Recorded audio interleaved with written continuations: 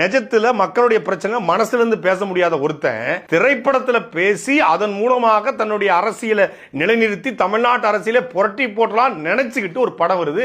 அது சுமாரான படம் தான். அது ஒன்றும் கேசரிலாம் அவ்வளவு எனக்கெல்லாம் பிடிக்காது. அது பாலையா நடிச்சதுனால என்னவோ பெருசாக எனக்கு பிடிக்காது. ஒரு சுமார் ரகமான படம். அந்த படத்தை விஜய் கொஞ்சம் நடிப்பதனால இவரு கொஞ்சம் பஞ்சு கிஞ்சு போட்டு பறக்க விட்டு ஒரு 10 பேரை அடிக்க விட்டுனால கொஞ்சம் பாக்குற மாதிரி இருக்குமே ஒழிய மற்றபடி இது ஆகா ஓஹோ படம்லாம் கிடையாது. இதை எடுத்து வச்சுக்கிட்டு தான் இந்த கேசரியை கிண்டி வச்சுக்கிட்டு தான் எங்க படத்துக்கு தியேட்டர் சரியா தரமாட்டாங்க, சென்சார் தரமாட்டாங்க, எங்க படத்தோட போட்டி போட பாக்குறீங்களா, காணாம போயிருவீங்க, தடம் தெரியாம போயிருவீங்க அப்படின்னு சாபம் விட்டு உட்காந்துருக்காங்க. ஏன் காசு வெட்டி போடுங்களேன், ஏன் முட்டை கொதி வைங்களாண்டா. ஒரு ஜனநாயகம் என்பது என்ன? எல்லாரும் சமம் என்பதுதான் ஜனநாயகம். அவன் ஜனநாயகன் என்றால் அவன் எல்லாரையும் சமமா பார்ப்பான் அப்படின்னா அவன் ஜனநாயகன். இந்த ஜனநாயகன் படத்தினுடைய திரையரங்க டிக்கெட் இருக்கு பாருங்க, 9ஆம் தேதி ரிலீஸ் ஆகுது. 180 ரூபாய் டிக்கெட் இருந்திருக்கு. புக் பண்றதுக்காக ஒருத்தர் போறாரு. டிக்கெட் நிறைய